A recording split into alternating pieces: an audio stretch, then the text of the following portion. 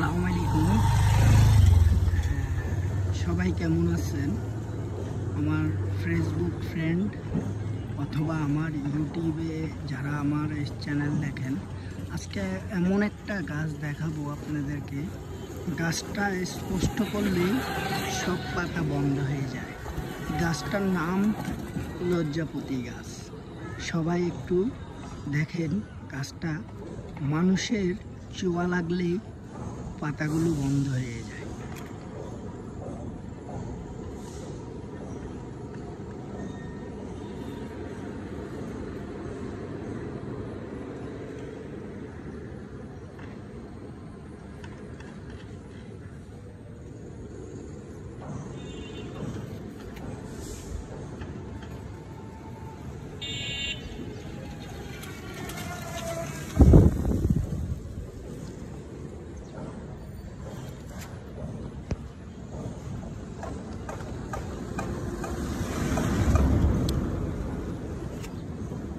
দেখেন, সুন্দর স্পষ্ট করলে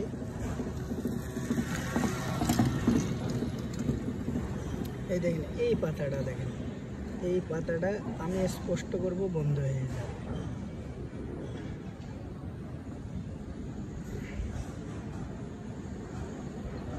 লক্ষ্য করে দেখেন, এই পাতাটা দেখেন, এই যে এখানে 3টা 4টা পাতায় দেখেন।